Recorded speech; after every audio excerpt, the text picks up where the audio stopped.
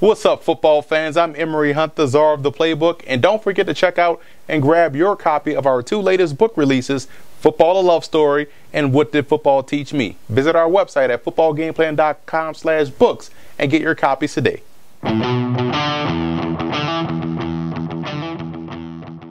First, let's take a look at some coaching points for both teams in this ball game. And for Green Bay, it's going to be death by 1,000 cuts. At least that would be the approach I would take in this ball game versus this Bears defense. We want to force these guys to make plays consistently in space versus those wide receivers, over the middle of the field versus the tight end, and also versus those two talented tailbacks you have in the backfield. Force those guys to make those plays consistently, and that's how you frustrate a defense. And you want to make the plays that are there to be made. Throughout the course of the game, Jay Cutler will give you 1 to 2 opportunities to make a play on the ball. The good thing about the Packers personnel in the secondary, they have ball hawks from corners to free safeties to strong safeties. Everyone back there, I believe, can make a play on the football. And the young players will have to step up and make plays consistently. That's from the defensive line. That's also out there at receiver with Ty Montgomery and maybe even Jeff Janis. Those guys stepping up could help push this team over the hump in this ball game.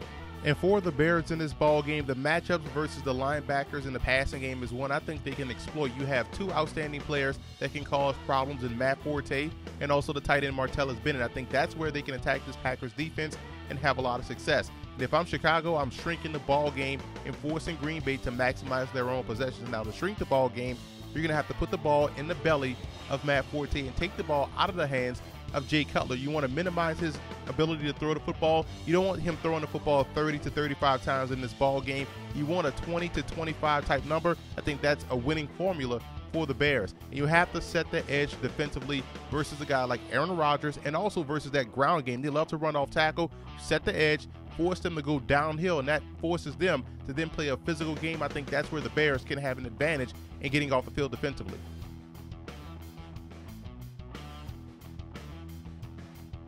The biggest X factor in this game for Green Bay will be the play of their defensive line. They need those young guys like Mike Pennell to step up and make plays. Josh Boyd from 2 seasons ago, whom they drafted in the 5th round, has to step up and provide that depth. They're going to be without Dayton Jones. Bruce Gasson has to step up and play well. You need B.J. Raji to return to form. So I think the defensive line and how well they play ultimately determines the success of the Packers defense.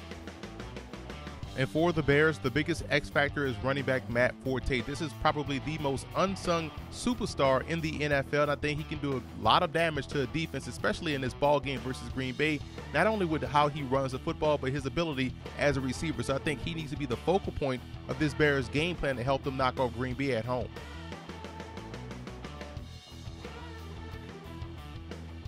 I like the Packers in this ball game. I think this one will be closer than what people think. If you look at an in-the-box game, let's say from tackle to tackle, downhill to the backers, I think Chicago can play that game very well versus Green Bay. But unfortunately, at some point, this game will be determined on the flanks, and I think that's where the Packers have a huge advantage with their receivers against the secondary of Chicago, and Chicago's receivers going against an athletic and versatile secondary of Green Bay. So I see a very close game, but ultimately being won by the Packers passing attack and their secondary. And I also want to give a huge shout out to Packer fan forums and Bear fan forums for always showing football game plan support.